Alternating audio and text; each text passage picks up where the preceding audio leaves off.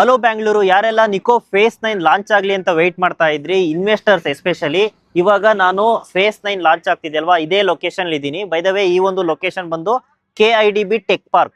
So ನೀವು search ಮಾಡಬಹುದು Google ಅಲ್ಲಿ, KIDB ಟೆಕ್ ಪಾರ್ಕ್ ಅಂತ ಸಿಗುತ್ತೆ. ನಾರ್ತ್ ಬ್ಯಾಂಗ್ಳೂರಲ್ಲಿ ಇರುವಂತ ಲೊಕೇಶನ್ ಇದು. ಸೊ ಇವಾಗ ನಿಕೋ ಹೋಮ್ಸ್ ಫೇಸ್ 9 ಲಾಂಚ್ ಆಗ್ತಾ ಇದೆ ಅಂಡ್ ಇವಾಗ EOI ಸ್ಟೇಜ್ ಅಲ್ಲಿ ಇದೆ.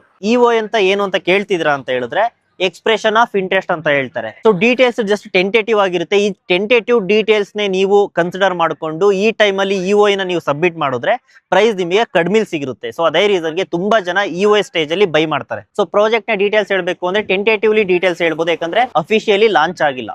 Okay, so almost 16 acre land parcel ಇದೆ. ಆಲ್ಮೋಸ್ಟ್ 10 ಟವರ್ಸ್ ಇರುತ್ತೆ. Each tower up to 20 floors ವರೆಗೂ ಇರುತ್ತೆ. ಆಲ್ಮೋಸ್ಟ್ 1500 ಯೂನಿಟ್ಸ್ ಇರುತ್ತೆ ಟೋಟಲ್.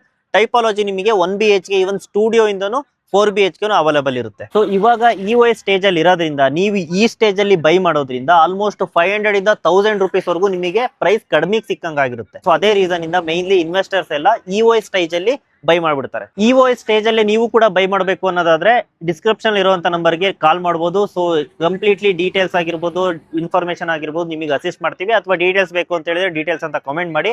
ಸೊ ನೀವು ಕೂಡ ನಾರ್ತ್ ಬ್ಯಾಂಗ್ಳೂರಲ್ಲಿ KDB ಟೆಕ್ ಪಾರ್ಕ್ ಒಳಗಡೆ ನೀವು ಇನ್ವೆಸ್ಟ್ ಮಾಡಬೇಕು ಅಂದ್ರೆ this is the right time. ಅದು ಕೂಡ ಭಾರತೀಯ ಸಿಟಿ ನಿಕೋ ಹೋಮ್ಸ್ ಫೇಸ್ 9 ಬರ್ತಿದೆ, ಇದ್ರಲ್ಲಿ ನೀವು ಇನ್ವೆಸ್ಟ್ಮೆಂಟ್ ಮಾಡಬಹುದು. ಇದರಲ್ಲಿ ಯಾವ್ದೆಲ್ಲ ಅಪ್ಕಮಿಂಗ್ ಪ್ರಾಜೆಕ್ಟ್ಸ್ ಬರ್ತಾ ಇದೆ, EOI ಸ್ಟೇಜ್ ಯಾವ್ದಿದೆ, ಈ ತರ ಅಪ್ಡೇಟ್ ಮಾಡ್ತಾ ಇರ್ತೀನಿ. ಅದಕ್ಕೋಸ್ಕರ ನಮ್ಮ ಒಂದು ಪೇಜ್ ನ ಫಾಲೋ ಮಾಡಬಹುದು. Thank you.